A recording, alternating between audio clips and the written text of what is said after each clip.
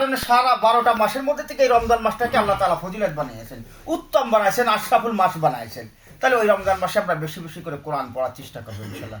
সকল রাজি আছি তো ইনশাআল্লাহ। এরপরে রমজান মাসের যে হকগুলো আছে দেখেন, রমজান মাসে যেই হকটার মধ্যে আমরা অনেকেই এই রমজান মাসে আল্লাহ রাব্বুল আলামিন এই রমজান মাসে শয়তান যেটা আছে অর্থাৎ ইবলিস শয়তান যেটা আছে এটাকে বেঁধে রাখে, অর্থাৎ এটাকে বেঁধে রাখে। তার মানে মানুষরূপী যারা আছি আমরা, মানুষরূপী বলতে মানুষকে ধোঁকা দেই, মানুষের সাথে মারামারি করি, খারাপ কথা করি, মুখের থেকে খারাপ জবান ব্যবহার করি, এই সমস্ত মানুষরূপী যারা আমরা এই দোপায়া শয়তানের মতো আছি যারা, অর্থাৎ আমাদের আখলাক চরিত্র শয়তানের মতো যাদের আছে তাদেরকে তো আর আল্লাহ তাআলা বানতে পারেন না, বানতে পারেন নাকি? কারণ আমার তো আখলাক চরিত্র ওরকম হয়ে গেছে বিধায় আজকে আমি ওই রাস্তায় চলে গেছি।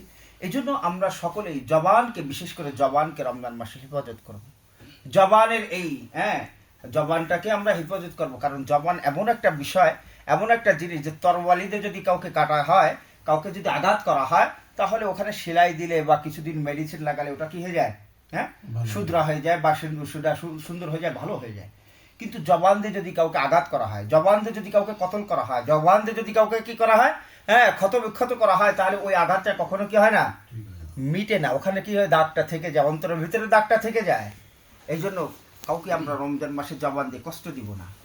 আর বিশেষ করে যাদের কাছে আমরা কাজ করি, যাদের আন্ডারে, বিশেষ করে বাঙালি যারা আমরা আছি, যদি কারো দোকানপাট থাকে, দোকানপাটের আন্ডারে যদি আমার কোনো নফর থাকে, তাদের প্রতি কী করবো, কাজটাকে আসান করে দেবো, কাজটাকে সহজ করে দেবো, মানে কিছু সময়টাকে কমিয়ে দেবো, যে রমজান মাসে তুমি এই সময়টুকু এই সময় করো, ব্যাস তোমার স্যালারি পুরোটাই থাকবে। আবার এরকম না করি যে রমজান মাসে তুমি ডিউটি কম করছো বিধায় তোমার স্যালারি কমিয়ে দেবো না, এটাও আমাদের কি হবে না, ঠিক হবে না। এই জন্য আমরা এটাও এদিকেও খেয়াল রাখবো। তো রমজান মাসের ফজিলত সম্পর্কে যতটুকু জানলাম, অর্থাৎ রমজান মাসে রোজা রাখলে কি হবে আর না রাখলে কি হবে, না রাখলে কি হবে। যদি কোনো ব্যক্তি ইচ্ছাকৃতভাবে রোজাকে কি করছে, কাজা করছে, তাহলে তাকে কাফারা দেওয়া লাগবে। কত জন? 60টা। আর 60টা কাফারা কি?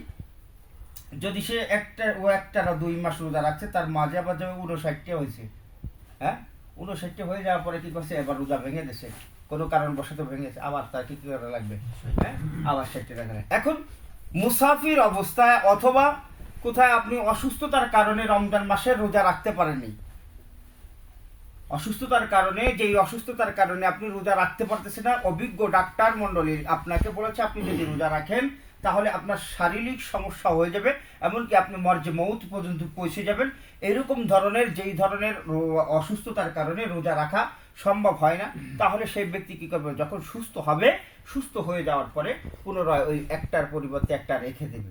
তার জিম্মা থেকে কি হলো, হযরত বলছেন না যে জিম্মা থেকে তার জিম্মা বরি হয়ে যাবে, অর্থাৎ কি হয়ে যাবে, জিম্মা থেকে ফরজিয়াত আদায় হয়ে যাবে, বাকি রমজান মাসের যে ফজিলাত, এই ফজিলাত থেকে মাহরুম হয়ে যাবে। তো এই জন্য আমরা যথাসম্ভব চেষ্টা করবো যে শরীর যতই সুস্থ থাকুক আর অসুস্থ থাকুক, চেষ্টা করবো রমজান মাসে রোজা রাখার জন্য। আর এই রমজান মাসে আমরা কি করব, বেশি বেশি করে দান সদকা করব। আর যেই দান সদকাগুলো করব, এই দান সদকাগুলো আল্লাহ রাব্বুল আলামিন তাকে 70 গুণ বাড়ায় দেবেন। রমজান মাসে যদি কোনো ব্যক্তি, একজন মুসাফির বা একজন রোজাদার ব্যক্তিকে যদি আপনি ইফতারি